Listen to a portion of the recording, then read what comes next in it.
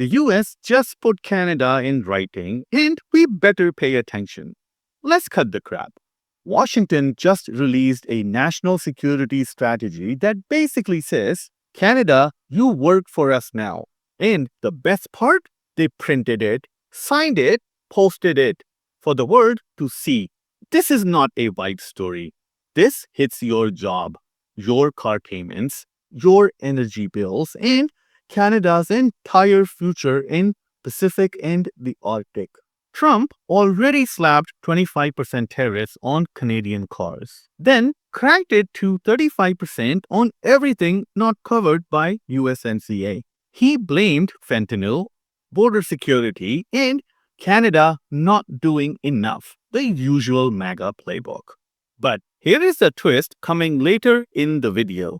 The US strategy accidentally reveals Canada's greatest source of leverage, and they are terrified we will notice. So stay for that. So let me show you the line that made every Canadian diplomat spit out their Tim Hortons from the official 2025 US National Security Strategy. We must encourage Europe, Japan, Korea, Australia, Canada, Mexico, and the other prominent nations to adopt trade policies that help rebalance China's economy toward household consumption. Translation: Canada, fall in line, raise tariffs, follow America's China plan, or else. And this is not a suggestion. This is Washington policy. Remember back in February and March? Trump slammed 25% tariffs on imports from Canada and Mexico, explicitly framed as retaliation for drugs and border issues. By summer 2025, he escalated again, 35% tariffs on all Canadian goods not covered under USMCA. And guess what sector he aimed right at? Autos, Ontario's backbone, our biggest manufacturing corridor. American Strategy 101. Smile at you on Monday, tariff you on Tuesday, blame you on Wednesday, ask for your minerals on Thursday.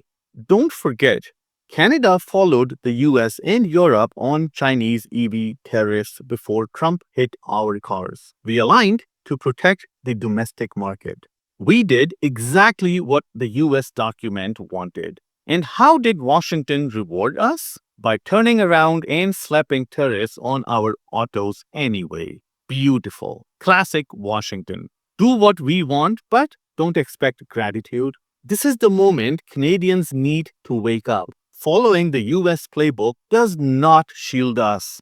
It just makes us predictable. The US strategy includes this brutal line: threats, including exports of fentanyl precursors, propaganda, influence operations, and other form of cultural subversion.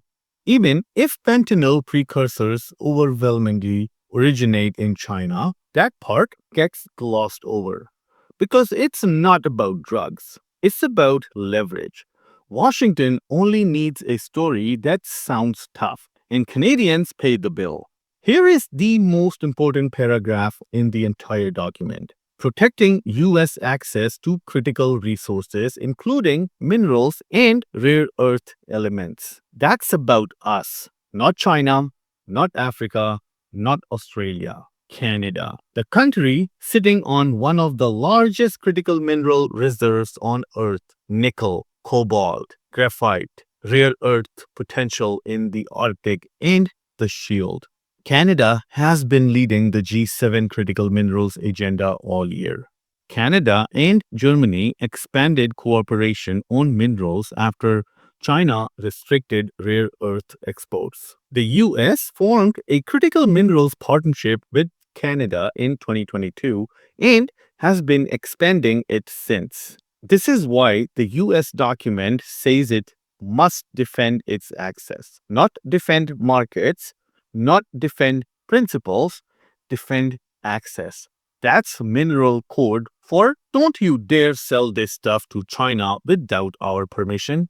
The Europe section in the NSS is nuclear grade arrogance. Here is a direct quote: Europe faces the prospect of civilized erasure, migration policies, censorship, craftering birth rates, loss of national identity. And then comes the line that should make every Canadian sit up. It is far from obvious whether certain European countries will remain reliable allies. That's not strategic analysis. That's a sermon from a country that thinks everyone else is falling apart. Reuters reported that Europe, especially the UK, fired back publicly. So think about it. If that's how Washington talks about Germany, the fourth largest economy on earth, what do you think they quietly say about us, about our Arctic, about our minerals, about our vulnerability to US tariffs? This strategy document is a mirror.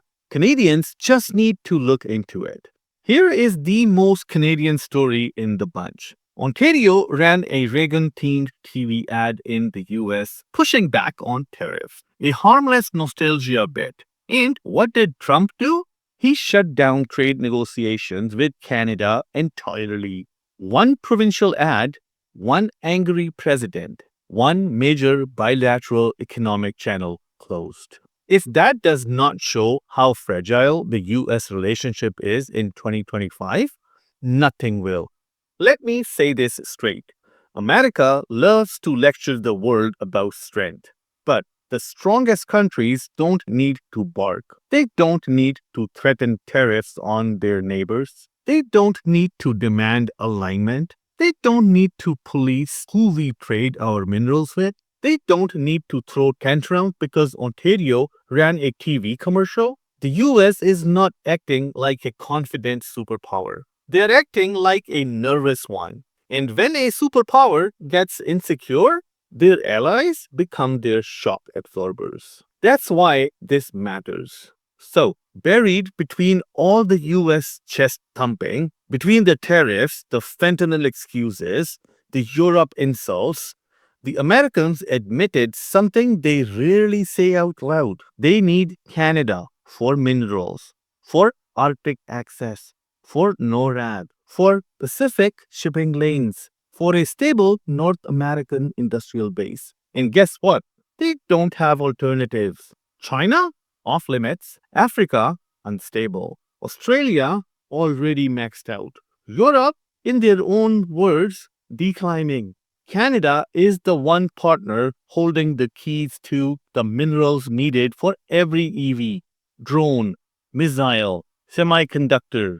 The Arctic Passage that will define 21st century shipping, the continental defense system the US literally cannot operate without, the energy exports that stabilize their manufacturing and logistics. This is the plot twist. Washington's own strategy document shows their fear and our leverage. So, here is the takeaway. The US might treat Canada like a subordinate in writing. They might demand alignment on China. They might slap tariffs on autos and minerals tomorrow morning. But Canada is not powerless. Not even close. We have got the minerals. We have got the Arctic. We've got the energy. We've got the alliances outside Washington. We have got choices. We have got leverage. The question is whether Ottawa finally acts like it. If you want the next video, what Canada should actually do next against US tariff pressure, hit subscribe, drop a like, and buy me a coffee if you want to fuel the next rant. Canada is not a victim. Canada is a player. Let's start acting like it. Thank you so much for watching, and I'll see you in my next video.